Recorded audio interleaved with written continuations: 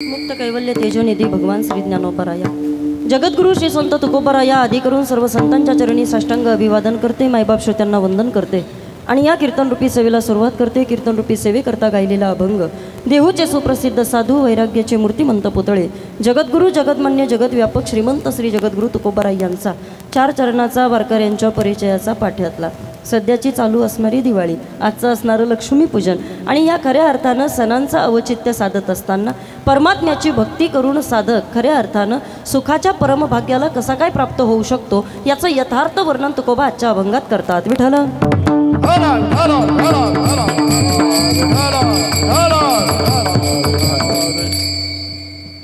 50 वर्षाची परंपरा जपत असणारं आपलं हे शेळके कुटुंब आणि खऱ्या अर्थानं 51व्या वर्षामध्ये पदार्पण करत असताना वास्तविक पाहता ज्यांनी ही परंपरा आपल्यासमोर लावून दिली असे असणारे वैकुंठवासी प्रातस्मरणीय गुरुनाम गुरु हरिभक्त परायण रामदास महाराज शेळके खऱ्या अर्थानं या ठिकाणी कैलासवासी लक्ष्मण महाराज शेळके यांच्या कृपा आशीर्वादानं वैकुंठवासी हरिभक्त परायण जोशी महाराज, वैकुंठवासी हरिभक्त परायण भागोजी महाराज आणि खऱ्या अर्थानं या कार्यक्रमाचं संपूर्ण मार्गदर्शन ज्यांच्याकडे आहे किंवा ज्यांच्या मार्गदर्शनाखाली हा कार्यक्रम इथे संपन्न होतो असे संपूर्ण आपल्या पनवेल असेल रायगड परिसराचं भूषण गुरुवर्य हरिभक्त परायण या ठिकाणी जे माझ्या समोर बसलेले आहेत असे असणारे सर्वांचेच लाडके आणि आमच्या संपूर्ण कीर्तनकारांच्या हृदयस्थानी असणारे आदरणीय गणेश महाराज या ठिकाणी खऱ्या अर्थानं त्यांच्याच मार्गदर्शनाखाली हा कार्यक्रम इथे संपन्न होतोय।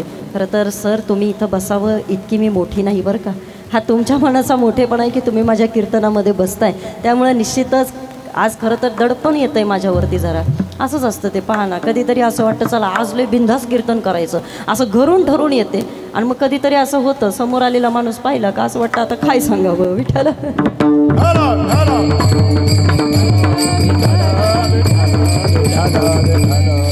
ज्यांच्या विनंतीला मान देऊन इथे येण्याचा योग प्राप्त झाला असे असणारे आमचे परमार्थप्रेमी परमादरणीय परमश्रद्धेय आदरणीय दीपकदादा शेळके, त्यानंतर आमचे वामनभाऊ असतील, प्रकाशभाऊ असतील, सर्वांचेच या ठिकाणी ऋण व्यक्त करते। आदरणीय आपल्या संपूर्ण परिसराचं वैभव आणि आपल्या संपूर्ण परिसराचे गानकोकिळा म्हणून ज्यांना ओळखलं जातं असे असणारे आमचे पंढरीनाथ महाराज या कार्यक्रमाला उपस्थित आहेत।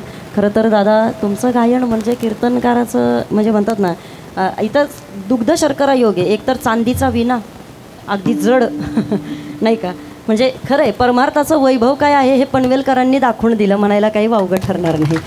कारण आज विना चांदीचा आहे, काही दिवसानं तुम्ही पखवाज चांदीचा कराल, म्हणजे एवढं मात्र का आहे डोक्यात कुणाच्या काही असं चाललंय ना, नाही खरं आहे। आणि ही चांदीच आहे ना परमार्थाची सुद्धा, आणि या चांदीमध्येच खऱ्या पहा ना तुम्ही आजकाल आणि वास्तविक पाहता काय कमी राहिले परमार्थामध्ये, आणि म्हणून एक चांगले दिवस आपल्याला पाहायला मिळतात ते त्या अनुषंगानं या ठिकाणी खरंच एक वैभव इथं सर्व रत्न आता इथं जमलेले आहेत आणि सर्वांच्या साथीनं या ठिकाणी आपल्याला तासाभराची सेवा फक्त करायची आहे। फक्त बसताना थोडं ताड बसावं, तुम्ही ताड बसा बरं, हां ताट असे बसता का ताट तुम्ही चला बसताना थोडं ताड बसा, सर्वांगाचे कान करून चिंता नाही का, आणि परमात्म्याचं भजन होईल त्या वेळेला हातानं अजिबात टाळी वाजवायची तुम्ही तयारच होते बाबा, चला हातानं टाळी वाजवत चला, भगवंताचं नामचिंतन करत चला, विठ्ठल विठ्ठल।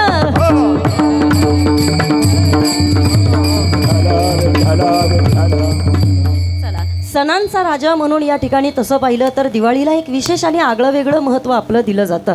पहा तुम्ही धनत्रयोदशीपासून या ठिकाणी सणांना सुरुवात होत असते तर अगदी भाऊबीजेपर्यंत आपण सगळे सण या दिवाळीमध्ये साजरे करत असतो। मग त्यापैकी असणारा आजचा हा लक्ष्मीपूजनाचा सोहळा आज या ठिकाणी संपन्न होतोय। आता वास्तविक पाहता बरेच वारकरी इथं कान देऊन बसलेले आहेत की ताई आज तुम्ही असं काय चिंतन आम्हाला सांगणार आहे तेवढं तरी आम्हाला कळू द्या, आज तुम्ही या अभंगावरती काय बोलणार आहे तेवढं तरी आम्हाला जरा समजू द्या, कारण वास्तविक पाहता दिवाळीच्या सणाविषयी आम्ही बोलावं किंवा कीर्तनकारानं कीर्तनामध्ये काहीतरी मांडावं असा एखादा विषय असू शकतो का, हाही सध्या चिंतनेचा बाब आहे। पण मला तरी असं वाटतं पहा एकतर कलियुग आलेलं आहे, वातावरण हल्ली या ठिकाणी विस्कळीत झालेलं पाहायला मिळतं, म्हणजे आत्ताच्या या ठिकाणी दिवाळीची व्याख्या जर आपण पाहिली तर महागडे फटाके, अंगावरती महागडे कपडे आणि त्याही पलीकडं आपण जर पाहिलं तर बस फक्त शोबाजीची दिवाळी आपल्याला पाहायला मिळते। पण त्याच्याही पलीकडं काहीच नसताना केवळ आणि केवळ भक्तिमय दिवाळी संतांनी कशी साजरी केली याचं चिंतन आज आपल्याला करायचं आहे। विठ्ठल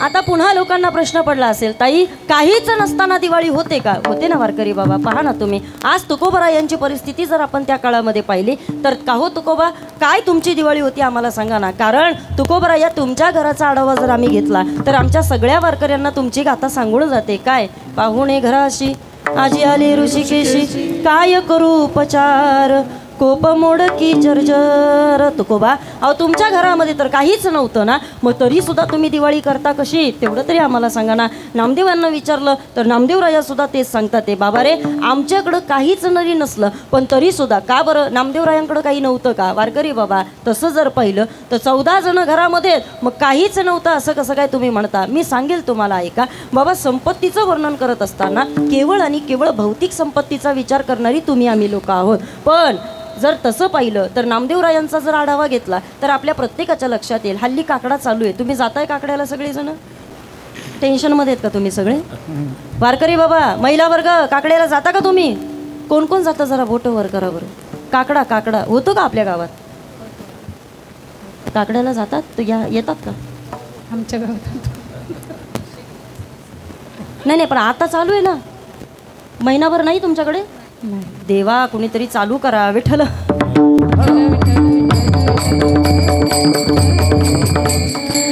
हल्ली सगळीकडे महिना काकडा चालू आहे. वेडा वाकडा का होईना पण तिथं काकडा आपण मेनका केला पाहिजे. कारण ही कार्तिक स्नानाची पर्वणी आहे आणि या कार्तिक स्नानाच्या पर्वणीमध्ये मला तरी असं वाटतं की बाबा इथं काकडा जर आपण केला तर या महिनाभराच्या आकळलेल्या भक्तीमध्ये परमात्मा एक आगळी वेगळी कृपा आपल्यावरती करत असतो. या महिनाभरामध्ये एक अखंड या ठिकाणी पावित्र्य आपल्याला दिलेलं आहे संतांनी. का? त्याचं कारण तुम्हाला सांगते, ऐका. पहिली मालिका प्रत्येकाला माहीत आहे. काय वारकरी बाबा, इथं आपण संतांना विचारतोय, काय तुम्ही सण का अधिक संत मनविता कृपावंत, एवढा करा उपकार सांगा देवा नमस्कार.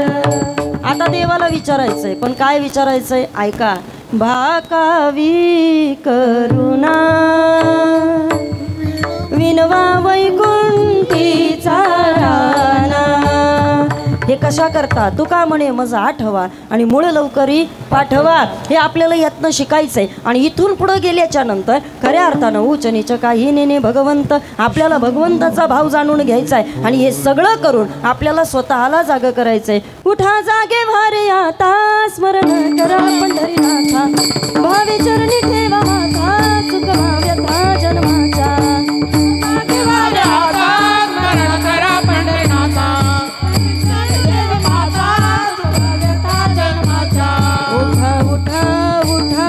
उठा उठा उठा उठा उठा साधू संत, उठा उठा उठा उठा उठा उठा उठा उठा साधू संत, उठा उठा उठा उठा उठा उठा उठा उठा साधू संत, उठा उठा उठा उठा उठा उठा उठा उठा साधू संत, उठा उठा साधू संत, साधा पुनाले हिता, जाईल जाईल हा नर देह, मग कैसा भगवंत. उठा उठा उठा उठा उठा उठा उठा उठा साधू संत, उठा उठा उठा उठा उठा उठा उठा उठा साधू संत.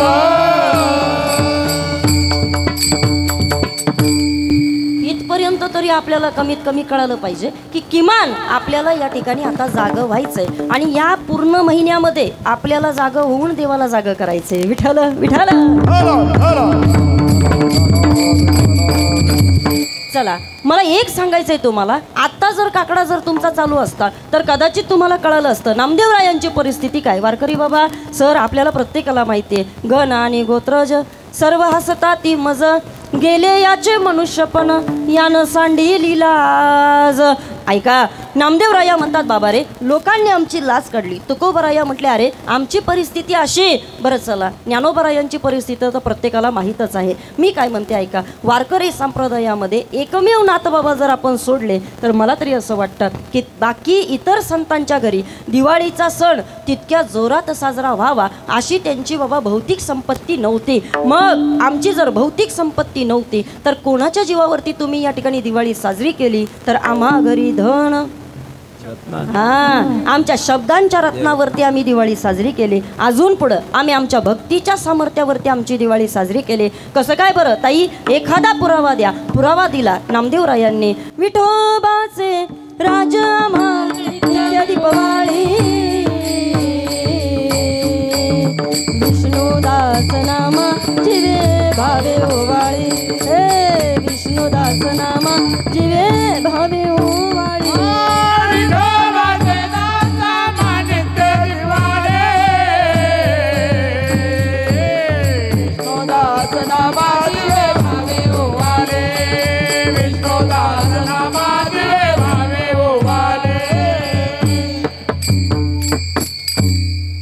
चला आम्हाला कळालं बाबा आमच्या संतांची दिवाळी कोणती होती. कोणती दिवाळी होती? विठोबाचे राज्य आम्हा नित्य दीपवाळी. पण ताई आमच्याकडं तर विठोबाचं राज्य नाही. मग आम्ही सगळ्या या ठिकाणी सामान्य वारकऱ्यानं कशी काय बरं दिवाळी साजरी करायची तेवढं तरी आम्हाला सांगा ना. मी काय म्हणते वारकरी बाबा इथं बसलेल्या मला प्रत्येकानं उत्तर द्या आणि मला सांगा जुन्या काळामध्ये या ठिकाणी लोक बरी वाटत होती का आता लोक आपल्याला बरी वाटतात?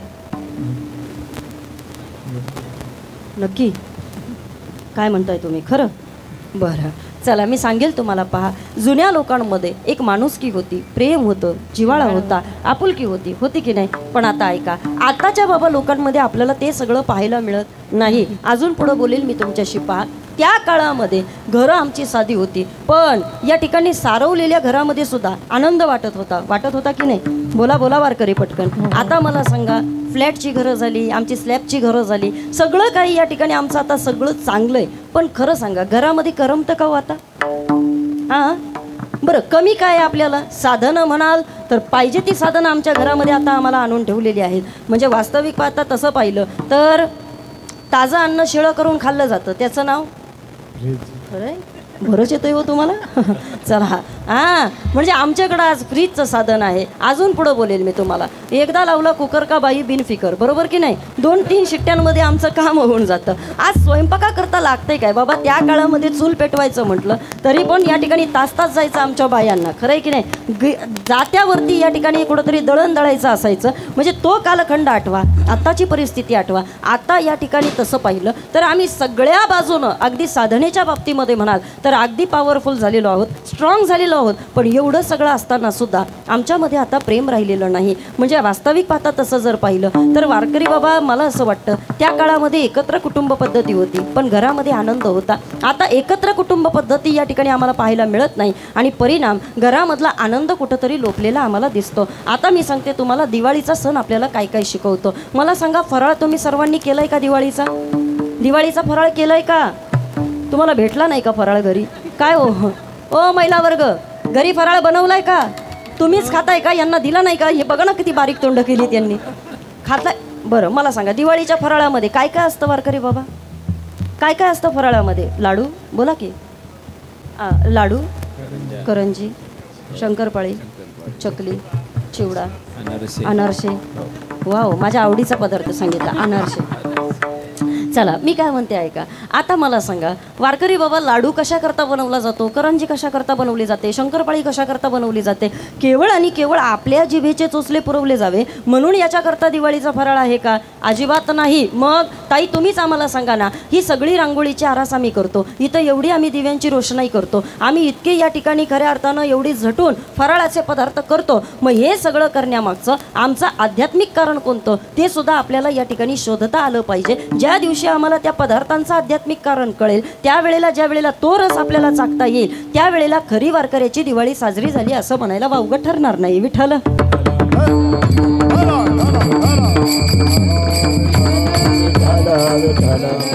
आहे माझ्याकडं थोडासा वेळ. करायची का दिवाळी?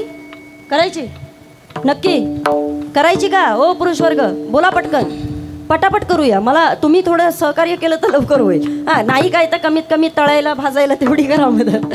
चला इकडे पहा माझ्याकडं. ऐका, लाडू आपल्याला काय शिकवतो. आता जर उद्यापासून लाडू खायचा झालं तर तुम्हाला ताईची आठवण मात्र नक्की येणार. का बरं? ऐका, लाडू आपल्याला शिकवतो काय, एकत्र या ठिकाणी झाल्याशिवाय, मी अजून पुढे बोलेल तुम्हाला, जोपर्यंत पाकाचं प्रमाण जर या ठिकाणी जर कमी जास्त झालं, महिला वर्ग लाडू बनतो का हो? तुम्ही बनवलंय? नाही बनत. महिला वर्ग बोला पटकन. पाकाचं प्रमाण जर चुकलं तर लाडू बनतो का? बांधताच येत नाही. हा, तो हातातनं सटकतो तरी. बरं, एकदम कडक झाला तर तो कोणी खात नाही, बरोबर की नाही? म्हणजे याचा अर्थ काय, लाडूकडनं आपल्याला शिकायचं आहे काय, एकीचं बळ काय असतं ते आपल्याला या ठिकाणी पदार्थामधला तो लाडू शिकवतो. मग का होताई, वारकरी संप्रदायामधलं असं कोणतं एकीचं बळ आहे आम्हाला सांगा ना. सांगेल मी तुम्हाला. घ्या तुकोबरायांच्या गाथेतलं प्रमाण. तुकोबराया आपल्याला सांगतात, एकल्याचा नव्हे हा खेळ. हा, म्हणजे याचा अर्थ काय, वारकरी बाबा ज्या वेळेला सगळे वारकरी एकत्र येतात ना, बास तो लाडू नावाचा पदार्थ आमचे वारकरी सेवन करतात, हा त्याचा मतितार्थ. विठ्ठल विठ्ठल. चला चला चला, ऐका ऐका वारकरी बाबा, आता आम्हाला कळलं ताई लाडू कशा करता एकनिष्ठ राहता यावं. वारकरी बाबा, परमार्थ असू दे नाही तर प्रपंच असू दे, पण इथं एकनिष्ठता या ठिकाणी फार महत्त्वाची आहे. मी बोलेल तुमच्याशी. ऐका, जो प्रामाणिक नाही, जो एकनिष्ठ नाही आणि ज्याच्याकडे एकी नाही ना, त्याचा प्रपंचही नीट नाही आणि त्याचा परमार्थही नीट नाही. काय मत आहे तुमचं? बोला बोला पटकन वारकरी बाबा, काय मत आहे तुमचं? एकतर परमार्थामध्ये जर तुम्हाला जायचं असेल तर परमार्थाकडे जाण्याकरता दोनच मार्ग सांगितले. एक, तुम्ही उपासनेच्या मार्गाने देवाकडे जाऊ शकता, किंवा दोन, तुम्ही प्रार्थनेच्या मार्गाने देवाकडे जाऊ शकता. सोपं बोलेल मी तुमच्याशी. ऐका, एक, तुम्हाला उपासनेच्या मार्गाने देवाकडे जाता येतं, किंवा दोन, तुम्हाला प्रार्थनेच्या मार्गाने देवाकडे जाता येतं. पण आता ऐका, उपासनेचा मार्ग एवढा सोपा नाही. का बरं? या ठिकाणी जप सोपा नाही, तप सोपं नाही, योग सोपं नाही, याग सोपं नाही. सोपं आहे का? नाही ना वारकरी बाबा. अहो, कीर्तनामध्ये 2 तास आम्ही नीट मांडी घालत नाही. काय मते? खरं आहे की नाही? अहो, 2 तास आम्हाला बसवत नाही. आम्ही इकडं आळ्या पिळ्या देतो.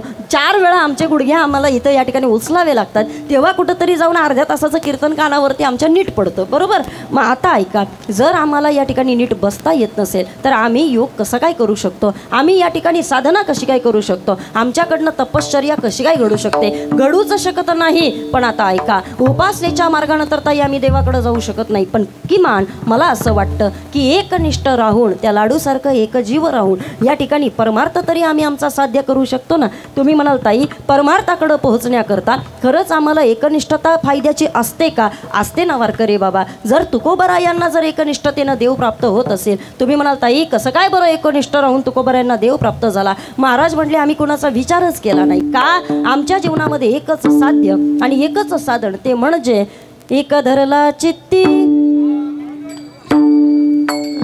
हां, तुम्ही अशी मध्ये थाप टाकली ना, म्हणून गडबड झाली. एक धरला चित्ती आम्ही रखुमाईचा पती, आम्ही रखुमाईचा पती, आम्ही रखुमाईचा पती.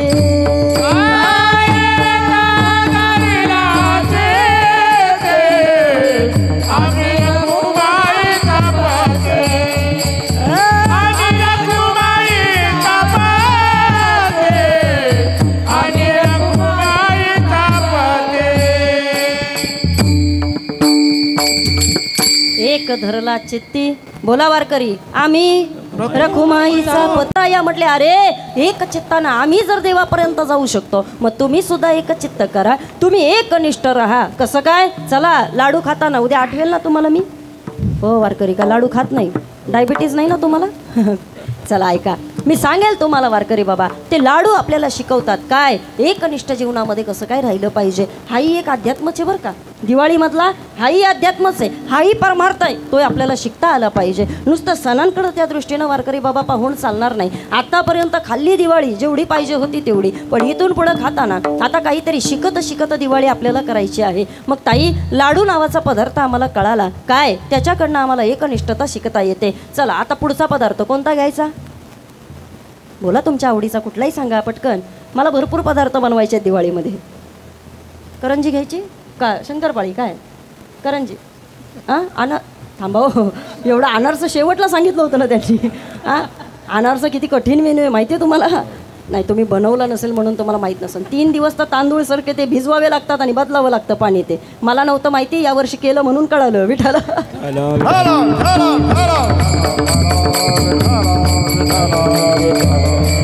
चला चला, मी काय म्हणते म्हणजे माझा अनुभव आहे अंगे म्हणून तो शेवटी ठेवूया. ऐका इकडं पहा वारकरी बाबा, चला मला असं वाटतं आपण शंकरपाळीकडे जाऊया. सोपे सोपे पदार्थ पटापटा होतात ना, मग ते लवकर होतील आणि ते एकदा लवकर झाले का माझं पहिलं प्रमाण पटकन येईल. म्हणून मला असं वाटतं आपण आता शंकरपाळीचा विचार करूया. काय वाटतं तुम्हाला वारकरी बाबा, शंकरपाळी आपल्याला काय शिकवत असेल? काय मत आहे तुमचं? बोला, काय मत आहे?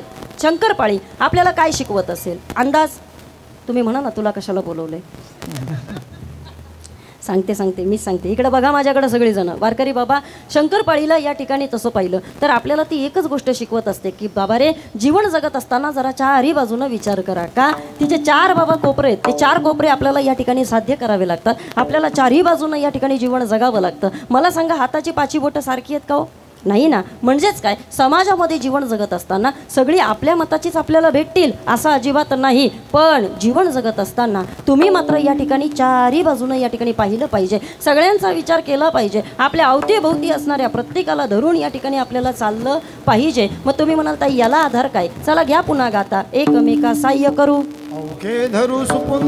माझ्याकडे सगळ्याला प्रमाण आहे. मी आज दिवसभर फक्त तेच चिंतन करत होते की ही लाडू कशाला असेल आणि करंजी कशाला असेल. मी शोधली, मी तुम्हाला सांगून जाणार, सांगेल मी तुम्हाला. शंकरपाळीनं आपल्याला शिकवलं काय बाबा रे, आपल्याला चारही बाजूंचा विचार करायचा आहे. या मार्गानं नाही तर त्या मार्गानं. मी सांगेल तुम्हाला. वारकरी बाबा, देवाकडं पोचायचं इतक्या पटकन पोचता येतं का? नाही ना. अहो तुकोबराया तर म्हटले, अरे त्याच्याकडं जात असताना मार्ग अनेक ठिकाणी आपल्याला भेटत राहतील, पण तिथपर्यंत पोहोचणारा कुणीतरी एकटा एखादा वेगळाच असतो. अजून पुढे सांगायचं झालं तर विरळा पावे अवघड गोवे शेवटीचे,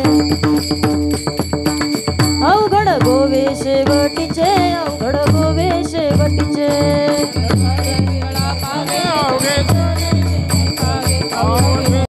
विरळा पावे अवघड गोवे शेवटीचे. वारकरी बाबा ऐका इकडं पहा. अहो शेवटला पोहोचणारा कुणीतरी एखादा विरळा असतो, कुणीतरी एखादाच असतो. मी अजून सोपं बोलू का? आता सर समोर बसलेले आहेत, मला इथं बसलेल्यांनी सांगा, शाळेमध्ये 50 विद्यार्थी असतील पण 50 जणांचा पहिला नंबर येतो का?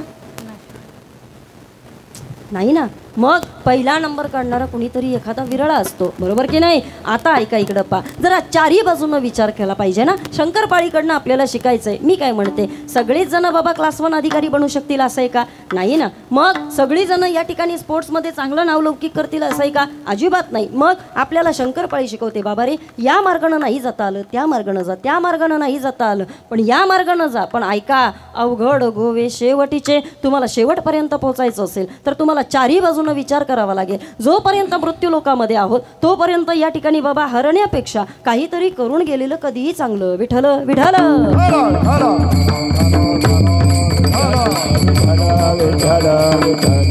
चला, आमच्या संतांनी बाबा ते धोरण स्वीकारलं होतं. अजून पुढे बोलू का तुम्हाला? हे चारही कोपरे जोडत असताना वारकरी संप्रदायानं सुद्धा मला असं वाटतं बाबा, सगळ्या संतांनी या चारही कोपऱ्यांना धरूनच परमार्थ केला. का? संप्रदायामध्ये कोणी एका जातीचा नव्हता, कोणी एका धर्माचा नव्हता, कोणी एका पंथाचा नव्हता. मग ऐका, जाणीव नेनीव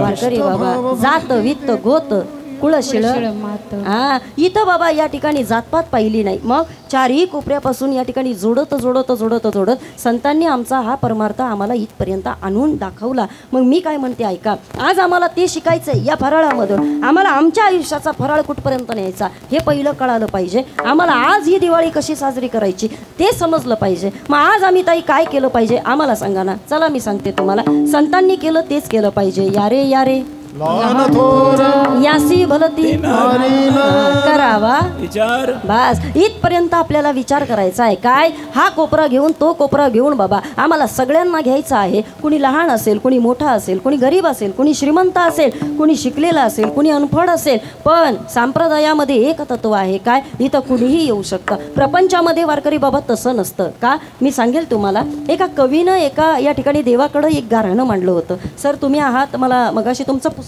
वाचायला एवढं पटकन भेटलं नाही, काहीतरी गेलं. विठ्ठल विठ्ठल.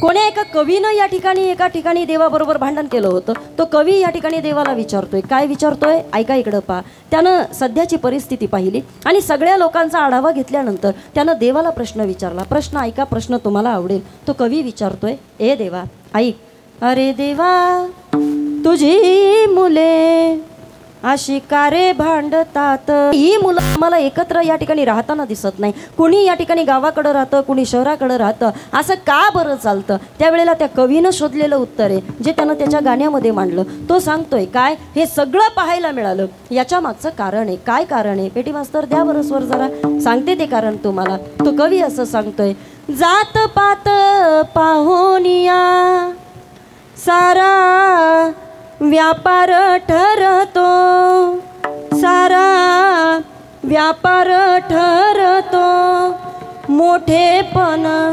मानसाले कारे जन्मासवे येत.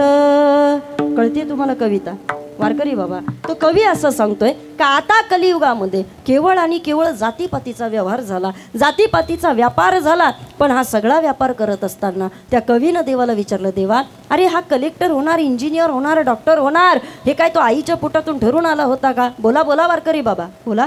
नाही ना. मग हे तर आपल्या प्रारब्धाचा भाग होता ना. काय मत आहे तुमचं. अन्न मान धन हे तो प्रारब्धाधीन, हे तर आमच्या प्रारब्धामध्ये होतं म्हणून आम्हाला या ठिकाणी प्राप्त झालं, म्हणून या ठिकाणी आम्हाला मिळालं. पण आता इकडं पहा. पण तरी सुद्धा वारकरी बाबा हे सगळं जरी खरं असलं पण मला सांगा आता खरंच दोन भावांमध्ये ते प्रेम आहे का. नाहीये. मी बोलेल तुमच्याशी ऐका. अहो पती पत्नीचं नातं सुद्धा आता इतकं पावित्र्य या ठिकाणी आम्हाला त्या नात्यात पाहायला मिळत नाही. जुन्या काळामधला आणि आताच्या काळामधला फरक जर आपण पाहिला तर आपल्या प्रत्येकाच्या इथं बसलेल्यांच्या लक्षात येईल की ताई आताची परिस्थिती आम्हाला बदललेली पाहायला मिळते. आता प्रेम नावाची गोष्ट घरामध्ये राहिली नाही. मोबाईलनं तर एवढं वाटोळं केलं. तुमच्याकडे आहे का. हां चला ऐका. एवढं वाटोळं केलं बाबा का माय आणि लेकराचं नातं सुद्धा बाबा तोडायला ते कारणीभूत ठरलं. का कारण त्या काळामध्ये पोरगं रडालं का रडल्यानंतर मात्र आईनं त्याला जवळ घ्यावं, छातीशी लावावं, एखादं अंगाई गीत म्हणावं आणि रडणाऱ्या लेकराला आईनं शांत करावं, इतकी ताकद होती. पण आता महिला वर्ग सांगा, आपलं पोरगं रडायला लागलं आपण काय देतो त्याला. मोबाईल. हां खरं आहे की नाही. मलाही कधी कधी फार टेन्शन येतं वारकरी बाबा. त्या आईच्या सांगण्यावरनं पोरगं गप्प बसत नाही, ते मोबाईल घेतल्यावरती गप्प बसतं. म्हणजे विचार करा काय बाबा, आईच्या प्रेमातली ही बाबा खऱ्या अर्थानं अधोगती म्हणायची का ही विज्ञानाची प्रगती म्हणायची, हा चिंतेचा विषय. पण आता ऐका, आम्हाला ती परिस्थिती या ठिकाणी बदललेली पाहायला मिळते. मग ताई तुमचे संत आम्हाला काय शिकवतात ते आम्हाला सांगा ना. सांगते तुम्हाला ऐका. नाथा घरचे भोजन सारा गाव पंगतीला, सारा गाव पंगतीला, दही भात सर्वामुखे आग्रहाने भरविला, थोर संताचा महिमा गातो आमुच्या मुखान. अरे देवा तुझी मुले अशी का रे भांडतात. नाही भांडणं झाली पाहिजे, घरातलं घर पण टिकवलं पाहिजे. मग चला, एखादा मुलगा शिकलेला असेल, एखादा मुलगा अडाणी असेल, घरामधला एखादा मुलगा वारकरी बाबा हट्टी असेल, एखादा मुलगा समंजस असेल, पण चला इकडं पहा. शंकरपाळी आपल्याला शिकवते काय, जसं मी चारही बाजू सावरल्यात तसं या ठिकाणी घरामधल्या व्यक्तीनं चारही बाजू सावरून या ठिकाणी खऱ्या अर्थानं दिवाळी साजरी केली पाहिजे. तो आमच्या आयुष्यातला फराळ. विठ्ठल विठ्ठल.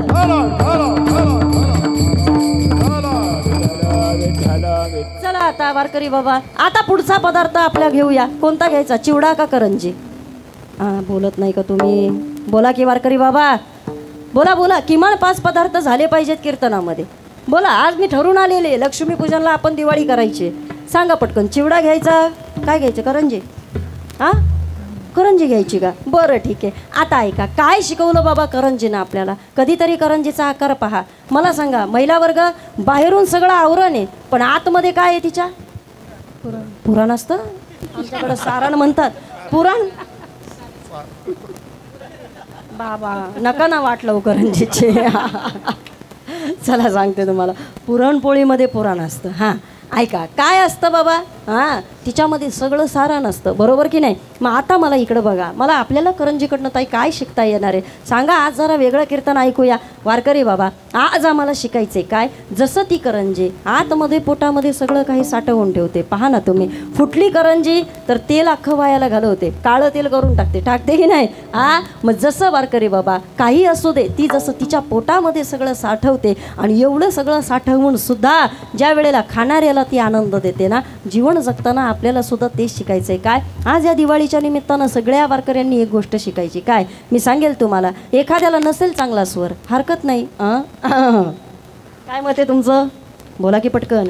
नसेल चांगला स्वर, एखाद्याला नसेल चांगलं वाजवता येत हरकत नाही. पण ऐका, आता तुमच्या इकडचा परिसर मला अजिबात एवढा इतका माहिती नाही, कारण मी फक्त आले तर 2 तास कीर्तनाला येते, त्याच्या व्यतिरिक्त मला इकडचं माहीत नाही. पण बऱ्याच ठिकाणी भजना लोकांचा या ठिकाणी भजनात अनुभव येतो. काय हे असं नाही वाजवायचं, हे तसं नाही वाजवायचं, हे तुझं चुकलं, हे तुझं चुकलं, हे तुझा स्वर गेला, हे असं झालं तसं झालं. मी काय म्हणते ऐका बाबा, आपल्याला संप्रदायाने शिकवलं, वेडा वाकोडा गाईन परी तुझ्याचं म्हणावी ना. देवा नसू दे ना मला आवाज, देवा नसू दे ना मला स्वर, देवा नसू दे ना मला काही. ती करंजी जसं सगळं स्वतःमध्ये साठवून घेते, पण देणाऱ्याला मात्र जसा गोडवा देते ना, मला असं वाटतं आज त्या करंजीकडनं आपल्याला ही गोष्ट शिकायची आहे. काय आम्हाला या ठिकाणी वारकऱ्यांना कुणाचे गुणदोष पाहायचे नाहीत. का त्याचं कारण सांगते. आपल्याला गुणवंत केलं, पण कशा करता ऐका. गुणवंत केलो दोष जाणयासाठी, हे माझे मजपोटी बळकट दूषण, माझे मजपोटी बळकट दूषण.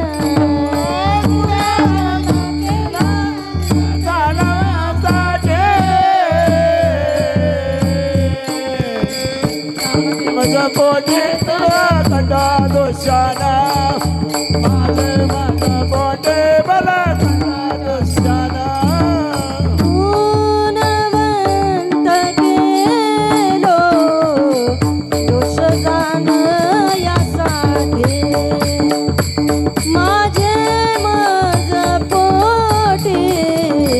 बळकट दूषण.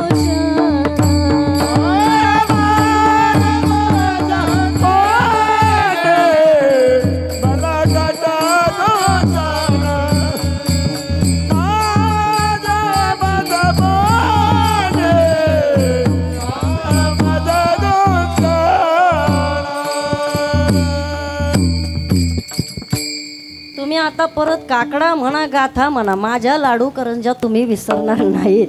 आता पुढच्या वेळेला काकड्यामध्ये प्रमाण येईल ना. गुणवंत केलो दोष जाणयासाठी. आम्हाला कशाला गुणवंत केलं, तर आम्हाला त्या करंजीकडनं शिकता यावं, त्याच्याकरता गुणवंत केलो. ऐका बाबा, आम्हाला तिच्याकरता या ठिकाणी जगता आलं पाहिजे, तिच्यासारखं आम्हाला राहता आलं पाहिजे. तो आमच्या करंजीचा फराळ आहे. चला ऐका, आता पुढचा पदार्थ चिवडा घ्यायचा का. चिवडा माहिती आहे, चिवडा वारकरी बाबा काय बारीक तोंड केली, तुम्हाला दिला नाही का खायला. चिवडा चिवडा कुणी कुणी खाल्ला या वर्षी दिवाळी चिवडा, जरा बोट वर करा बरं. चिवडा कुणी, मी तर खाल्ला बाबा. खाल्ला ना. ऐका काय शिकवलं चिवडा आम्हाला. चिवडा काय शिकवतो सांगते तुम्हाला. ऐका, चिवडा म्हणजे बाबा दुसरं तिसरं काही नाही, आपली भावकी म्हणजे आपला चिवडा. बाकी दुसरं काही नाही. मी काय म्हणते पहा बाबा, ही सगळी माणसं वेगवेगळ्या या ठिकाणी वृत्तीची आहेत, कारण जितक्या या ठिकाणी प्रवृत्ती आपल्या आजूबाजूला फिरत असतात. मी सांगेल तुम्हाला, त्या चिवड्यानं आपल्याला शिकवलं काय, काही या ठिकाणी तिखट मीठ घातल्याशिवाय चव तर लागत नाही, बरोबर की नाही. थोडं तिखटाचं प्रमाण असावं लागतं, थोडं मिठाचं प्रमाण असावं लागतं, थोडे मनुके पाहिजे, थोडे काजू पाहिजे, बरोबर की नाही. काय काय घालायचं चिवड्यात, बोला पटापटा. हे सगळं घातलं तर त्या चिवड्याला स्वादिष्टपणा येत असतो, तर तो चिवडा या ठिकाणी एखाद्याला खावासा वाटत असतो. प्रपंचामध्ये सुद्धा वारकरी बाबा तसंच आहे आणि परमार्थामध्ये सुद्धा तसंच आहे. का बरं सांगेल मी तुम्हाला. ऐका काय असतं पहा, एखाद्याकडे स्वरूप नसतो, पण स्वरूप नसलं तरी एखाद्याचा आवाज इतका गोड असतो का त्या भगवंतापर्यंत किंवा ज्ञानोबांच्या समाधीपर्यंत कधी कधी तो पोहोचत असतो. तुम्ही पहा, मला असं वाटतं वारकरी बाबा, तुम्ही त्याच्या स्वरूपाकडं पाहू नका, मग तुम्ही त्याच्या आवाजाकडं पहा. अजून पुढं बोलू का तुम्हाला, माझ्या देवाकडं बाबा काय आहे मला माहीत नाही, पहा ना तुम्ही त्याच्या कलरकडे पाहिलं तर प्रत्येकाला माहिती आहे रंग काय हो माझ्या देवाचा. सावळा. हां सावळा. काळा म्हणा सावळा म्हणा, बरोबर की नाही. काय आहे त्याच्या काळ्या कलरमध्ये काय असतं? वास्तविक पाहता व्यवहारामध्ये प्रपंचामध्ये कुणाला काळं म्हटलं तरी राग येतो की नाही? कुणाला काळं आवडतं? काहीच कुणाला काळं आवडत नाही. पण ऐका इकडं पहा, माझ्या भगवंताकडे पाहिल्यानंतर आज आम्हाला ती गोष्ट शिकता येते. कोणती गोष्ट शिकता येते? माझ्या देवाकडं काय आहे माहीत नाही, पण या ठिकाणी त्याच्या स्वरूपाकडं पाहिल्यानंतर जणी दृष्टी लागो तुझ्या सगुणपणा. अरे इतकंच काय, तर त्याला पाहिल्याच्या नंतर कोटी ब्रह्महत्या मुख पाहता जाते. त्याला पाहिलं तर कोटी ब्रह्महत्येचं पातक आमचं जळून जातं. इतकं प्रेम बाबा त्याच्या स्वरूपामध्ये आहे. मग ऐका, आज चिवड्यानं आम्हाला शिकवलं काय? स्वादिष्टपणा जर आयुष्यामध्ये आणायचा असेल तर तुम्हाला आम्हाला सुद्धा वारकरी बाबा आजूबाजूच्या तिखटाला घेऊनच चालावं लागेल. थोडंसं का होईना आजूबाजूचं मीठ ते आपल्याला सोबत आपल्या ठेवावंच लागेल, कारण त्याच्याशिवाय तर चव नाही ना. बायको किती जरी बाबा या ठिकाणी खारट बोलणारी असली, नाही कळलं तुम्हाला? अहो प्रपंचातलं मीठच ना, पण तरी सुद्धा तिच्याशिवाय गंमत आहे का? संसार तरी आहे का तिच्याशिवाय? बोला की पटकन.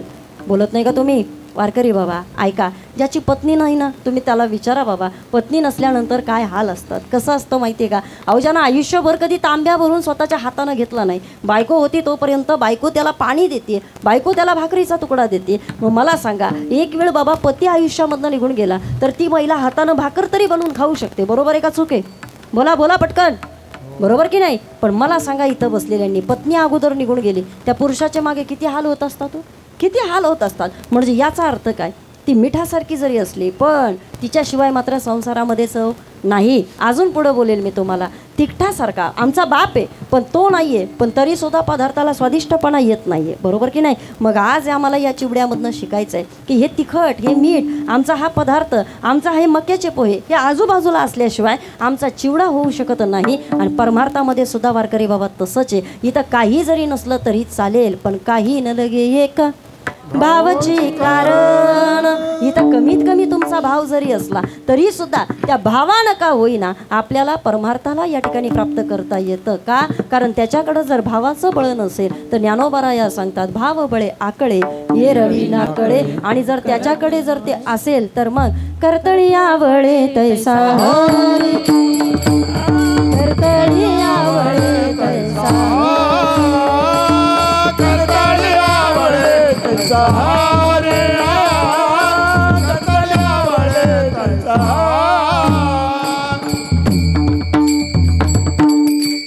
चला ऐका वारकरी बाबा, बरेच पदार्थ आज दिवाळीचे बनवून झाले. आता तुम्हाला कळलं असेल का खऱ्या अर्थानं दिवाळीमध्ये काय कीर्तन ऐकलं पाहिजे. कळलं का तुम्हाला वारकरी बाबा? आता हे सगळं आम्हाला का कळलं पाहिजे याचा थोडासा अभ्यास करूया आणि पटकन पहिल्या प्रमाणामध्ये येऊया. ऐका इकडं पा, सण प्रत्येकाच्या आयुष्यामध्ये असतो, पण सण कशाला म्हटलं जातं ते पहिलं आम्हाला कळालं. विठाल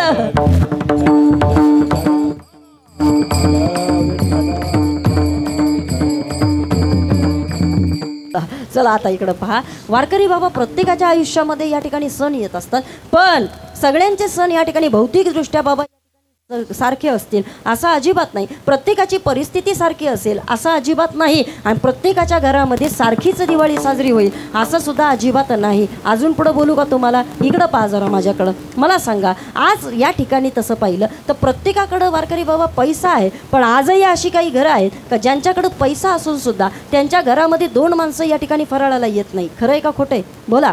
अशी काही घरं आहेत का ज्यांच्याकडं पैसा भरपूर आहे पण त्यांच्याकडं 2 माणसं या ठिकाणी फराळाला येत नाही. अजून पुढं बोलू का तुम्हाला? ऐका वारकरी बाबा, काही घरं आज आम्ही अशी पाहतोय का ज्यांच्या घरामध्ये काहीच नाही पण तरीसुद्धा माणसं बाबा तिथं आदरानं आणि प्रेमानं जातात. त्यांच्या घरामध्ये चटणी भाकर खायला भेटते पण तरीसुद्धा या ठिकाणी हक्कानं आणि हट्टानं माणसं तिथं आपल्याला दिसतात. म्हणजे याचा अर्थ काय? जर आम्हाला सण साजरा करायचा आहे तर आज आम्हाला एक गोष्ट शिकायची. कोणती गोष्ट शिकायची ताई? सणाकरता पैसा लागत नाही, सणाकरता ऐश्वर्य दाखवावं लागत नाही, सणाकरता संपत्तीचं या ठिकाणी पाठबळ असलंच पाहिजे असं अजिबात नाही. मग या ठिकाणी सण साजरा करायचा असेल ना तर मला असं वाटतं वारकरी बाबा, तुमच्याकडं नामस्मरणाचं जरी बळ असेल ना तर त्या नामस्मरणाच्या बळाच्या जीवावरती सुद्धा तुमच्या आयुष्यामध्ये तुम्ही रोज या ठिकाणी सण साजरा करू शकता. ही ताकद आमच्या परमार्थाची आहे. विठ्ठल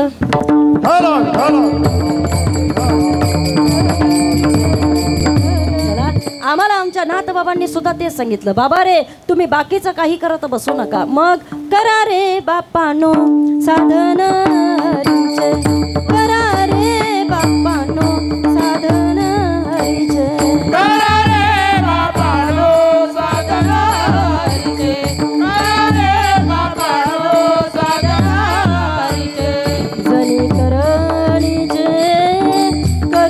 नका जनी करणीचे करू नका हरी मुखे गाता हरपली चिंता हरी मुखे गाता हरपली चिंता धन करणीचे करू नका हरिमुखी गाता हरपाली चिंता हरिमुखी गाता हरपाली चिंता. तुकोबांना विचारलं तुकोबरा या सुद्धा आपल्याला तेच सांगतात नाम संकीर्तन साधन पण सोपे.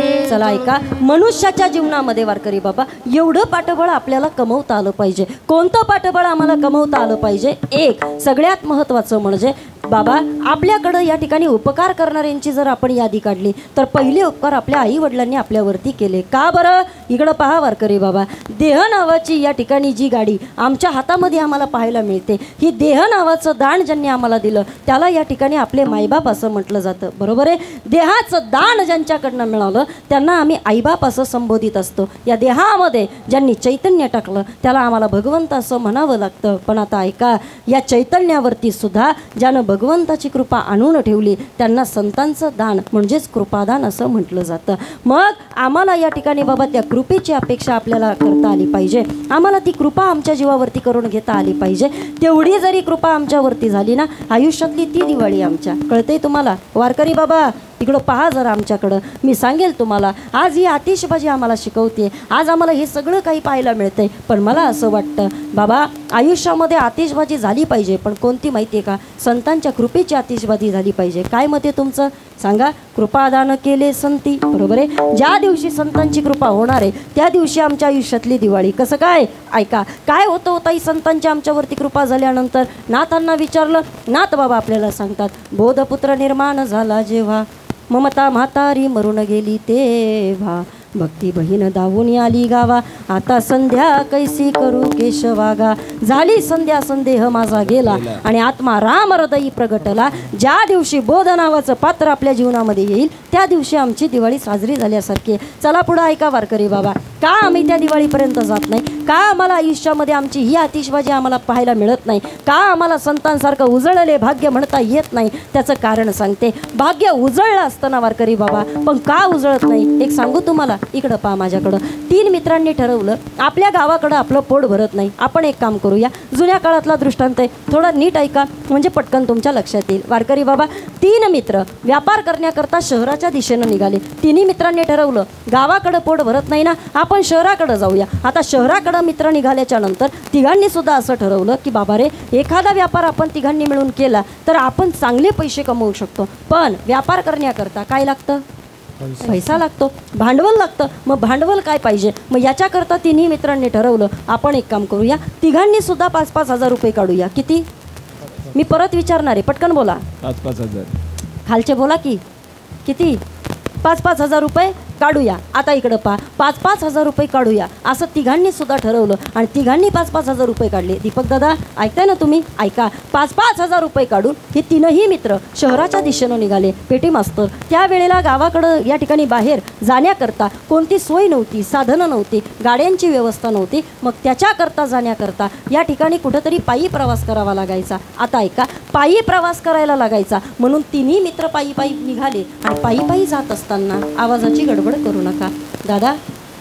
3ही मित्र पायी पायी निघाले आणि पायी पायी जात असताना या ठिकाणी मध्यंतरी या ठिकाणी रस्ता त्यांना थोडासा कठीण लागला. संध्याकाळ व्हायला लागली आणि रात्र पडायला लागल्यानंतर 3ही मित्रांची चर्चा चालू झाली. का रे ऐका रात्र पडायला लागली आणि एवढ्या रात्रीमध्ये घोर अरण्यातून आपल्याला जायचं आहे. आपण कुठंतरी विसावा घेतला पाहिजे. आपण कुठंतरी थांबलं पाहिजे. आता थांबलं पाहिजे म्हटल्यानंतर आता ऐका वारकरी बाबा अहो घरामधल्या 2 माणसांचं 4 माणसांचं एकमेकांशी नीट पटत नाही. हे तर 3 मित्र 3 ठिकाणचे होते. त्यांचं एकमेकांशी पटेल असं कशावरनं? तिघांची रस्त्यामध्ये भांडणं चालू झाली. पण भांडणं कशावरनं झाली ऐका. 3ही मित्रांमध्ये चर्चा चालू होती. आता 2 जण त्यातले होते. ते म्हटले एक काम करूया. रात्र भरपूर झालेली आहे ताई. 3ही मित्रांमध्ये अशी चर्चा आहे काय रात्र भरपूर झालेली आहे. आपण एक काम करूया कुठंतरी आपण झाडाच्या आडुशाला बांधापाशी आपण कुठंतरी विश्रांती करूया. पण आता ऐका त्यांच्यामधला एक जण जो होता तो जरा 1.5 शहाणा होता. कसा होता? 1.5 शहाणा माहिती आहे तुम्हाला की नाही? कसं काय? इकडं कसं काय कळतं का? हा शब्द कळतोय तुम्हाला? हां, म्हणजे शहाण्याला अजून अर्धा प्लस केला का त्याला दीड शहाणा म्हटलं जातं. ऐका, तो जरा अति हुशार होता. तो म्हटला का रे इकडं नाही आपण झोपू शकत, कुठं बांधापाशी जायचं नाही, कुठं आडरानामध्ये जायचं नाही. मग आपण एक काम करूया, आपण रस्त्यावरती झोपूया. पुन्हा तिघांमध्ये भांडणं चालू झाली. का रे रस्त्यामध्ये कोणी झोपतं का? वेडा आहेस का तू? ऐक, आपण रस्त्यामध्ये झोपणं बरोबर नाही, आपण कुठंतरी बांधापाशी जाऊन खाली झोपूया. अरे ते जरा बरं पडेल. आता मात्र या ठिकाणी तिघांच्या चर्चेमधनं शेवटी काहीच निष्पन्न होईना. दोघं म्हणायचे आपण खाली झोपूया, एक म्हणायचं आपण रस्त्यात झोपूया. शेवटी दोघं जण म्हटले हे बघ याला काय करायचंय करू दे, आपण उद्या सकाळी याला पुन्हा भेटूया. एक काम करूया, आपण मात्र या ठिकाणी दोघं जण बांधापाशी झोपू आणि याला एकट्याला तुम्ही पण तयार आहेत का त्याला रस्त्यात झोपवायला? चला त्याला मात्र या ठिकाणी रस्त्यात झोपू दे. आता ऐका, रस्त्यामध्ये तो म्हणला हा जा जा जा, तुम्हाला कुठं झोपायचंय तिथं झोपा. हा पठ्ठ्या रस्त्यातच झोपणार. आता ऐका, रस्त्यामध्ये तो एकटा झोपला आणि हे दोघं बिचारे बांधाच्या शेजारी जाऊन झोपले. वारकरी बाबा, नेमकं त्याच दिवशी अशी गडबड झाली. हा रस्त्यामध्ये झोपला असताना 6 चोर नेमके गावाच्या दिशेने येत होते. 6 चोर गावाच्या दिशेने येत असताना घोर अरण्यामध्ये, घनदाट जंगलामध्ये, या ठिकाणी एवढ्या मोठ्या काळोख्या अंधारामध्ये एका चोराचा पाय त्या आडव्या पडलेल्या माणसाला लागला. काय झालं? पटकन पाय लागला आणि पाय लागल्याच्या नंतर चुकून त्याच्या तोंडातनं निघालं काय? आणि कोण पेताड रस्त्यात पडलंय काय माहिती? हे कळलं तुम्हाला?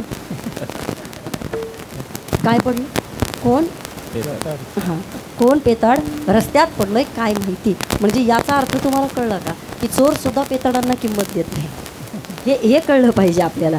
ऐका इकडं पा, आता असं म्हटल्याच्या नंतर याचा पाय लागला आणि या धक्क्यामुळं तो खाली झोपलेला होता सर, तो पण उठला ना. आणि उठल्याच्या नंतर मात्र त्यानं तो शब्द ऐकला होता. कोणता? हां, त्याला राग आला. तो म्हटला काय रे मला पेताड म्हणता? कळत नाही का तुम्हाला? माझ्या गळ्यामध्ये पवित्र तुळशीची माळ आणि तुम्ही मला पेताड म्हणता? समजतं का नाही तुम्हाला? तेवढ्यामधला एक जण म्हटलं अरे काय यांच्या नादी लागतात, चला अरे आपल्याला कुठं जायचंय? चोरी करायला जायचंय. आणि इकडं कुठं आपण म्हटले टाईमपास करत बसायचा. अरे तसं पण हा माळकरी, याच्याकडं काय असणार आहे? पुन्हा त्यानं तोच शब्द ऐकला, याच्याकडं काय असणार आहे? पुन्हा त्याला राग आला. काय रे कोण म्हणतं याच्याकडं काय असणार आहे? हां, अरे तुम्हाला काय वाटलं माळकरी असलं म्हणून काय आम्ही रिकामेत? हां, माझ्याकडं किती रुपये आहेत? नाही हो, प्रत्येकानं 5-5च काढले होते. तुम्ही एकत्र का आणताय सगळ्यांचे? हां हां, तो का एवढा प्रामाणिक होता का? मी आधीच सांगितलं तो रस्त्यात झोपलाय म्हणजे तो कोण होता? बाई बरंच ऐकलं.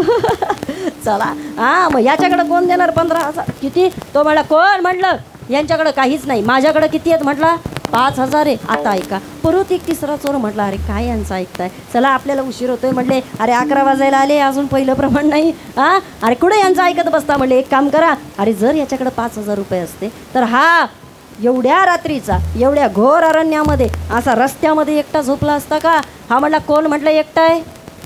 अजून? आणि त्यांच्याकडं पण बोला की 5,000. चोर म्हटले आता काय कुठं जायची गरज नाही.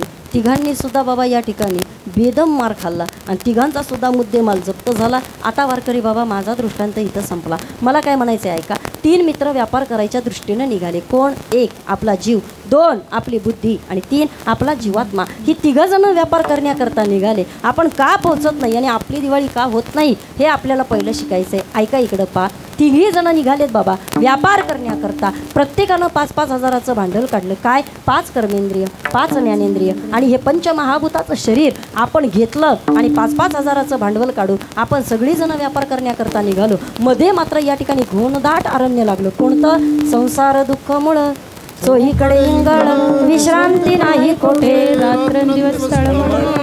हे घनदाट अरण्य आम्हाला बाजूनं लागलं आणि या घनदाट अरण्यामध्ये एक जण वारकरी बाबा रस्त्यात आडवा झोपला. कोण? सांगू शकता? बोला बोला. आपली बुद्धी नेहमी मनाला वाटण ते करत राहिली. नाना बुद्धीचे तरंग क्षणोक्षणा पालटी रंग. ही बुद्धी बाबा रस्त्यामध्ये आडवी झोपली आणि त्याचा परिणाम या बुद्धीनं यांची संगत सोडली. जर तिनं त्यांची संगत जोडली असती तर हरी बुद्धी जपेत तो नर दुर्लभ, मग तो परमात्म्यापर्यंत पोहोचला असता. पण आपल्या बुद्धीनं आपल्याला ते करून दिलं नाही आणि देहाची आणि आमच्या जीवात्म्याची संगत तिनं सोडली. स्वतःच ऐकत राहिली. नवल अहंकाराची गोठी विशेषण लगे अज्ञाना पाठी, सज्ञानाच्या झोंबे कंठी नाना संकटे. मग ही तिला नाचावं लागलं आणि त्याचा परिणाम वारकरी बाबा 6 चोरी इथपर्यंत येताना आम्हाला दिसले. जे गावाच्या दिशेने येत होते. कोणते? ओले मृतिकेचे मंदिर, हात 6 जण उंदीर गुंफा करता ती पोखर याचा नका करू अंगीकार गा. काम क्रोध दंभ मत्सर मोह अहंकार हे 6 चोर यायला निघाले आणि मग मात्र या 6 चोरांमध्ये एकाचा पाय आपल्याला लागला. त्याचं नाव होतं अहंकार आणि त्या पायामुळं आपली बुद्धी बाबा या ठिकाणी काय झाली, आता मात्र या ठिकाणी वेड्यासारखी करू लागली आणि त्याचा परिणाम आमचा पुढचा मुद्देमाल जप्त झाला. जायचं होतं परमात्म्याच्या भेटीपर्यंत पण तिथपर्यंत आम्ही पोहोचलो नाही आणि म्हणून बाबा वारकरी मला असं वाटतं मरून जातो आपण पण आपल्याला संतांसारखी दिवाळी साजरी करता येत नाही. मग ताई यावर्षी आम्हाला सांगा ना तुमच्या संतांची दिवाळी कशी होते. चला तुकोबांना विचारलं, तुकोबा तुमच्या आयुष्यातल्या सणांचं महत्त्व आम्हाला सांगा. तुकोबा म्हटले, बाबा रे हा तुमचा लाडू करंजीचा फराळ म्हणजे आमची दिवाळी नव्हती. मग आमच्या जीवनामध्ये ही आतिषबाजी म्हणजे आमची दिवाळी नव्हती. आमच्या जीवनामध्ये चांगली कपडे ती आमची दिवाळी कधीच नव्हती. मग आमच्या दिवाळीच्या आणि आमच्या सणाची व्याख्या काय तुकोबांनी सांगितली. अभंग. दसरा दिवाळी तोची आमासन, दसरा दिवाळी तोची आमासन, दसरा दिवाळी तोची आमासन, दसरा दिवाळी तोची आमासन. सखे संता जन,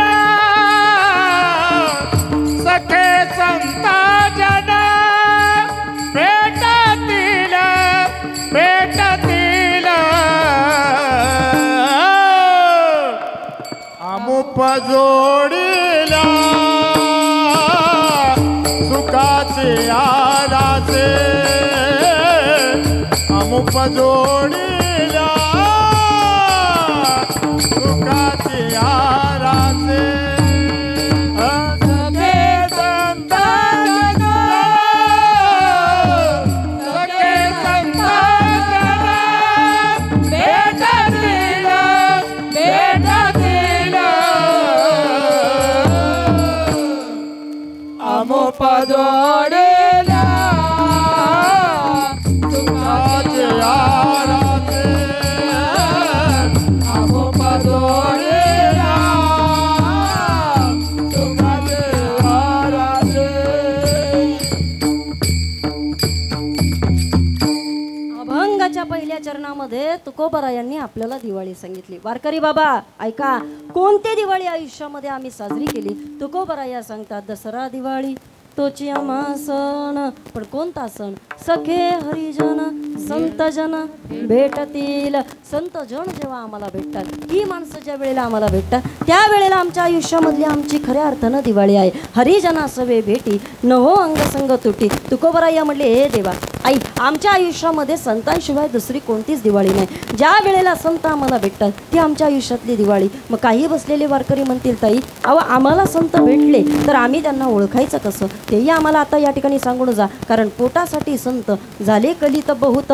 बरोबर की नाही. नाकाच्या शेंडीपासून डोक्याच्या शेंडीपर्यंत गंध लावतात ताई. बरं आम्ही त्यांना संत म्हणायचं कसं काय. अंगा लावून या राख डोळे झाकून करती पाप. आता यांना कसं काय आम्ही संत म्हणायचं. ऐशे कैशे झाले भोंदो आणि कर्म करुणी म्हणते साधू. आम्ही त्यांना संत म्हणूच शकत नाही ना. मग ताई तुमच्या संतांच्या व्याख्या आम्हाला सांगा ना. मग आम्हाला कळेल तुमच्या संतांची कोणती दिवाळी होती. मग आता ऐका वारकरी बाबा, कोणाला बरं संत म्हटलं जातं ते जरा कीर्तनामध्ये घेऊन जाऊया. एक विद्या आणि विनय याच्यामध्ये परिपक्व दिशा ज्यांनी समाजाला दाखवली त्यांना संत असं म्हटलं जातं.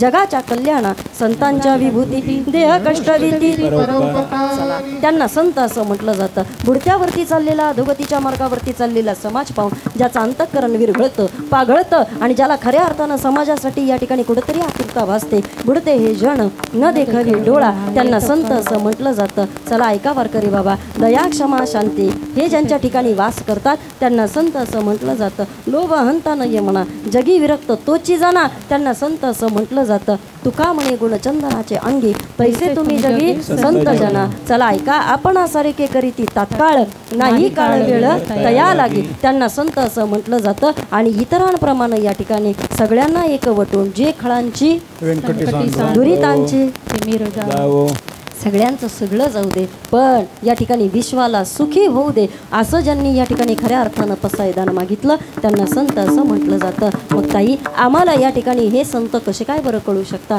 मी सांगेल तुम्हाला, ऐका बाबा. कलियुगामध्ये संत भेटणं फार अवघड आहे, फार अवघड आहे. पण तरीसुद्धा जर आम्हाला संत शोधायचे असतील ना, तर मला असं वाटतं, जो माणसाशी माणसासारखा वागतोय ना, ज्यानं खऱ्या अर्थानं बाबा माणसातलं माणूस पण जपायचं काम केलं आहे ना, बास त्याला आम्ही या ठिकाणी आता संत म्हणू शकतो. तहानलेल्याला पाणी देता आलं पाहिजे, भुकेलेल्याला खायला घालता आलं पाहिजे. मी अजून पुढं बोलू का? वारकरी बाबा इकडं पा. अहो, वारीला गेली तरी काही काही लोक बाबा या ठिकाणी एखाद्या वारकऱ्याबद्दल या ठिकाणी किती चिड व्यक्त करतात. माझ्यासमोर काही काही वारकरी मलाच कधी कधी येऊन विचारत असतात, प्रॉब्लेम काय माहिती आहे का? मी कधी कधी साध्या कपड्यांमध्ये त्या वारीला जाते आणि तिकडं 22 दिवस चालत असताना कुणाला पटकन कळत नाही ही संगीता ताई आहे म्हणून, आणि एखादा वारकरी मला भेटला का तो मला म्हणतो, कितवी वारी आहे तुझी? बापरे. मी जर त्यांना सांगितलं ना, आता माझी जेवढ्या वाऱ्या झाल्या तेवढं मी सांगणार. म्हटलं बाबा काही नाही हो, माझे 13 वर्ष झालं मी वारी करते. म्हटलं पायवारी. 50 वर्ष झालं वारी करतोय. बस म्हणजे आमच्या वाऱ्या कशावरती? फक्त मोजण्यावरती चाललेले. मला तरी असं वाटतं बाबा, आपण किती वाऱ्या केल्या याला महत्त्व नाही. मग या ठिकाणी इतरांच्या वाऱ्या आपल्याला किती चांगल्या करता आल्या, आज महत्त्व त्याला आहे. मला असं वाटतं पा, एखाद्या वारकऱ्याला आपल्याला परमार्थ शिकवता आला पाहिजे. ही आमच्या आयुष्यातल्या बाबा खरी या ठिकाणी तडजोड आहे. अजून पुढं बोलेल का तुम्हाला? ऐका इकडं पा. नाही एखाद्याला भजन आवडत, नाही एखाद्याला कीर्तन आवडत, नाही एखाद्याला सप्ताह आवडत, नाही एखाद्याला तुमचा टाळ आवडत, नाही एखाद्याला तुमचा वीणा आवडत, नाही एखाद्याला तुमच्या घरामधल्या एखाद्याला भजन आवडत. मग ऐका, या ठिकाणी जर आम्ही त्यांच्यामध्ये जर आमचा परमार्थ उतरू शकलो ना, मला असं वाटतं वारकरी बाबा, ती आमच्या आयुष्यातली खरी दिवाळी. मी अजून पुढं बोलेल तुम्हाला. ऐका बाबा, या 4 लोकांमध्ये आमचा परमार्थ असूच शकत नाही. मग मी अजून पुढे सांगेल तुम्हाला. ऐका, एखाद्या गोरगरिबाला या ठिकाणी आपल्याला बाबा पाहता आलं पाहिजे, अनाथाचं अनाथ पण आपल्याला जपता आलं पाहिजे. अजून पुढं बोलू का तुम्हाला? ऐका वारकरी बाबा, माझं मत मी तुम्हाला सांगते. मला माहीत नाही तुम्हाला किती पटणार आहे. माणूस जिवंत आहे ना, तोपर्यंत त्याच्याशी प्रेमानं बोलता आलं पाहिजे. मेल्यानंतर तुम्ही पाणभर श्रद्धांजली अर्पण केली, काय उपयोग आहे का त्याचा? सांगा मला. काहीच उपयोग नाही ना त्याचा. मिली थी जिंदगी किसी के काम आने के लिए, लेकिन जिंदगी का सारा वक्त गुजर गया कागज के कुछ तुकडे कमाने के लिए. आयुष्य गेलं माणसाचं पैसा पैसा पैसा पैसा करत करत. बरं, काही लोकांचं आयुष्य कशामध्ये? याची टोपी त्याच्या डोक्यात, त्याची टोपी त्याच्या डोक्यात, संध्याकाळी सगळ्यांच्या टोप्या आपल्या डोक्यात. बसू नाही तर नाही बसू. किती गडबड आहे पहा ना. एक शायर फार गोड सांगतो, उम्र भर गाली यही भूल करता रहा, धूल चेहरे पे थी और आईना साफ करता रहा. स्वतःमधले दोष आपण पाहत नाही आणि इतरांच्या चुका काढत बसतो. मला असं वाटतं या वेळेला जरा वेगळी दिवाळी साजरी करायची. कोणती? आम्हाला संतजन भेटणं तर आम्हाला माहीत नाही, पण कमीत कमी ज्ञानोबांची या ठिकाणी ज्ञानेश्वरी आमच्या समोर आहे, तुकोबांचा गाथा आमच्या समोर आहे. गणेश सर, तुमचं एक पुस्तक आता मला भेटलं, मृत्यूनंतर पुढे काय, बरोबर की नाही? मला आवडलं. काय आवडलं? कारण वैधव्य या ठिकाणी तुम्ही त्या शब्दावरती कुठंतरी त्याच्यावरती चिंतन केलं.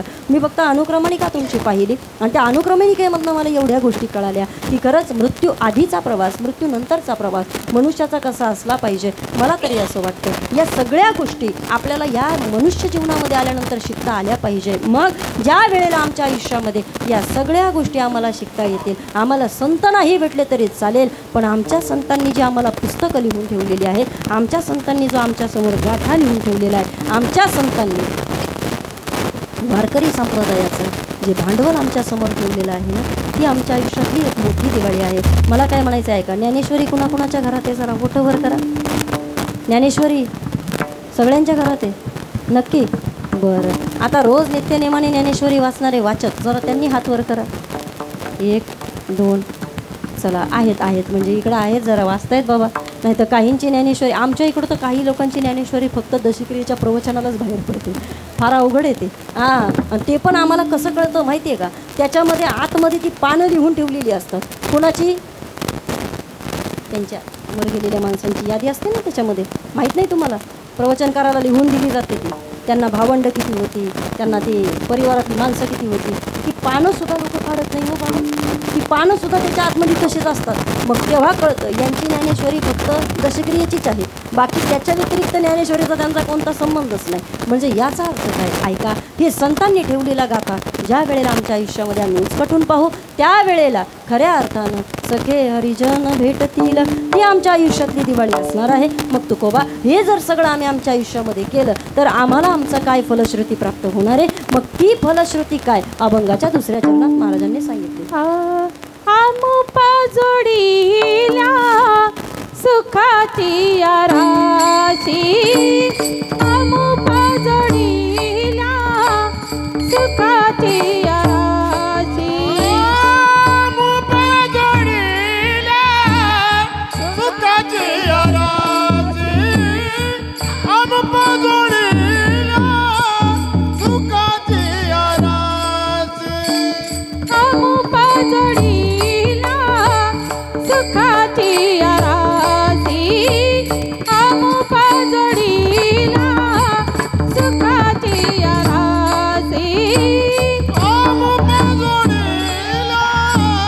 सुखाची राशी पाजोडीला सुखाची राशी पारत्या भाग्यासी नाही आता पारत्या भाग्यासी नाही आता पाजोडीला सुखाची राशी पाजोडीला सुखाची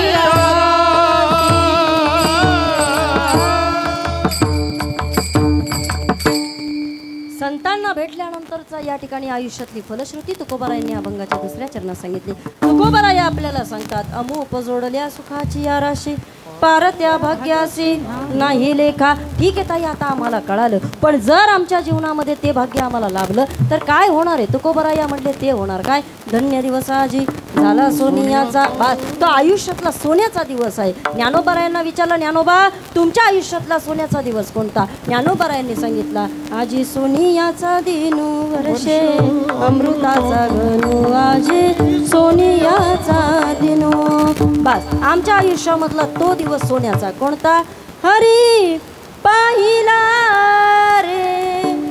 हा गेला हरी पाहिला रे. ज्या दिवशी आम्ही हरीला पाहतो तो आमच्या आयुष्यातला सोन्याचा दिवस आहे. ठीक आहे ताई, आता आम्हाला कळालं. आता ऐका, तो दिवस आमच्या आयुष्यातला सोन्याचा असणार आहे कोणता? ज्या दिवशी संतांची भेट आमच्या आयुष्यामध्ये होणार आहे. आणि मग तुकोबारायांनी शेवटी सांगितलं, बाबा रे, आता जर असा एखादा जीवनामध्ये संतांचं भेट झाली, असा एखादा दिवस सोन्याचा उजाडला, तर मग मात्र तुका म्हणे काय होऊ उतराई. आता त्या जीवनामध्ये आम्ही काय उतराई व्हायचं? इतकंच काय, जर संत आम्हाला जीवनामध्ये भेटले तर त्यांच्या पायापाशी आम्ही जर आमचा जीव जरी ठेवला तरी सुद्धा खऱ्या अर्थानं वारकरी बाबा आम्ही त्यातनं उतराई होऊ शकणार नाही. कारण काय द्यावे त्यासी व्हावे उतराई, ठेवीत हा पायी जीव थोडा. तुकोबाराया म्हणले, अरे त्यांच्या पायापाशी जीव जरी ठेवला तरी आम्ही त्यांच्या या ठिकाणी ऋणामधनं उतराई होऊ शकणार नाही. आई बाप आपल्यावरती काय उपकार करतात सांगा बरं? पण केले उपकार सांगू काय? बाप न करी आईशी माय धर्मे त्यांच्या देखीले पाय दिले अक्षय भयदान गा. आणि मग ऐका, जे अक्षय भयदान आम्हाला संतांकडनं मिळालं आणि ज्यांनी आम्हाला हे विठोबाचं भजन शिकवलं, एकदा त्याच विठोबाचं भजन करूया. विठोबा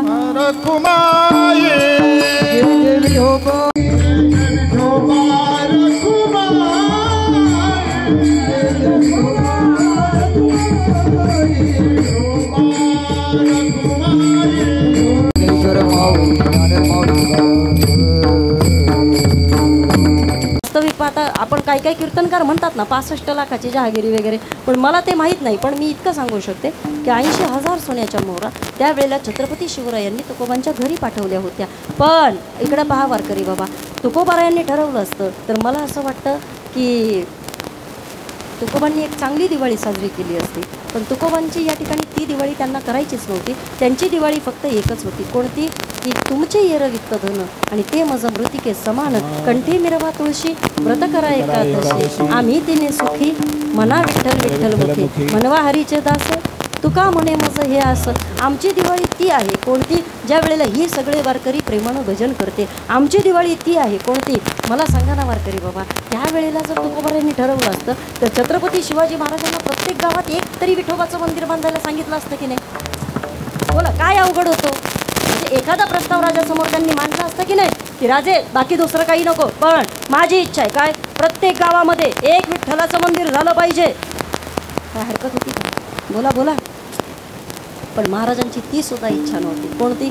म्हणजे महाराजांची विठ्ठल भक्ती इतकी होती का महाराजांनी सांगितलं, अरे विठ्ठल जडीच तरी भरला रीता ठावनही उरला, मी कशाला तुम्हाला तो खर्च करायला सांगतो. राजे माझी माझी ती कोणतीच इच्छा नाही. काय तुम्ही या गावामध्ये मंदिरं बांधावी, असं काही करावं तसं काही करावं, माझी ती इच्छा नाही. मग लोक त्यांचा परमार्थ करतील, लोक एखाद्या साधं सुद्धा मंदिर बांधतील आणि ते त्यांच्या भक्तीमध्ये राहतील. राजा आमची भक्ती एकच इच्छा आहे. कोणती इच्छा आहे? धर्माचे पालन ते तुमचं तुम्ही करा आणि आमची एक काम आहे, कोणतं बीज वाढवावे नाम ते आमचं आम्ही करत राहिलं पाहिजे. मग आम्हाला या दिवाळीमधनं या ठिकाणी नामस्मरणाची दिवाळी करायची होती, म्हणून या ठिकाणी तुकोबांचा अभंग सेवेकरता निवडला. ही सेवा तुम्हा सर्वांच्या चरणी समर्पित करत असताना आज फक्त जाता जाता इतकंच सांगेल, वारकरी बाबा जेवढी आजूबाजूला माणसं आपल्या आहेत ना त्यांच्याशी थोडं प्रेमानं बोलत चला. घरामधील आईवडील जिवंत असतील तर त्यांना 2 मिनटं 5 मिनटं घरामध्ये वेळ देत चला. खऱ्या अर्थानं काय माहिती आहे का, आयुष्यातली कोणती दिवाळी त्यांची आणि आपली शेवटची असेल हे आपण सांगू शकत नाही. तरुण लोकांच्या आता या ठिकाणी दशक्रिया करावे लागतात. तरण्या पोरांचे या ठिकाणी बॅनर आम्हाला पाहावे लागतात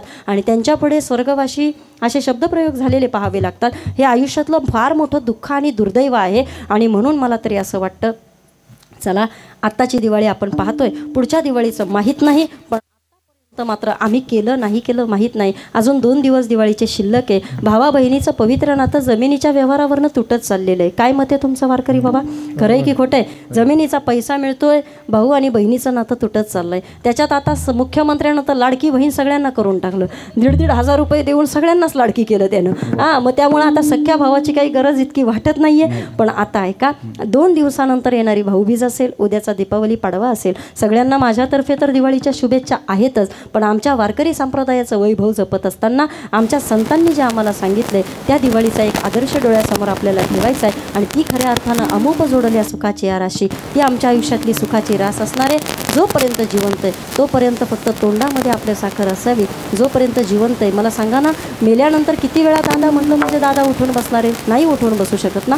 मग आहेत माणसं तोपर्यंत दिवाळी साजरी करूया, आहेत लोक तोपर्यंत प्रेमानं बोलत चालूया आणि मग तो एक आनंद प्रत्येकाला देऊया. आज खऱ्या अर्थाने या भजनामध्ये आमचे वारकरी संप्रदायाचं वैभव गुरुवर्य हरिभक्त परायण आमचे गणेश सर उपस्थित आहेत. सर्वप्रथम सरांना धन्यवाद देते. त्यांच्या समवेत आलेले आमचे बंधू त्यांनाही आभार या ठिकाणी व्यक्त करते. सूरजदादा आणि दोन्ही सूरज, वा या ठिकाणी 2 सूरज आहेत म्हणून या ठिकाणी मला वाटतं जोरात टाळ्या झाल्या पाहिजेत. चला या ठिकाणी दोन्ही सूरजदादांकरता धन्यवाद. आमचे पंढरीदादा खरं तर फार गोड आवाज, सुंदर या ठिकाणी गायन. आणि आज खऱ्या अर्थानं तसं पाहिलं तर वैभव आहे परमार्थाचं, पण घड्याळ म्हणतंय माझ्याकडं बघ. आणि त्याच्यामध्ये ज्यांनी विना घेतलाय ना, मला त्यांची फार दया येते बरं. आम्ही 10 मिनटं विना घेतो, आम्हाला माहिती आहे काय असतं. त्यांनी बिचाऱ्यांनी आत्तापर्यंत सांभाळलाय, त्यांची थोडी आपल्याला या ठिकाणी कळकळ आली पाहिजे. त्यांचा स्वतःचा विनय हो ना, पण म्हणून त्यांचा अंत पाहिजे का आता. ऊस गोड लागला म्हणून काय मुळासकट खावा, आणि गावचा पाटील असला म्हणून काय गावच बुडवावा, नाही जमू शकत बा. त्यांचा विना असला म्हणून काय त्यांच्याच गळ्यात द्यायचा नाही. चला या ठिकाणी सर्वांचे ऋण व्यक्त करते. पुन्हा एकदा दीपक दादा असतील आणि नंतर आमचे सगळे प्रेमाचे मंडळी, आमच्या दोन्ही ताई, अतिशय गोड आवाज, सुंदर गायन आणि खऱ्या अर्थानं वेळोवेळी तुम्ही मला सहकार्य करताय ताई, त्याबद्दल तुमचे आभार व्यक्त करते. बाबा वय फार तुमचं, पण आवाज गोड आहे आणि विशेष म्हणजे कीर्तनकाराला फार सुंदर सांभाळताय तुम्ही.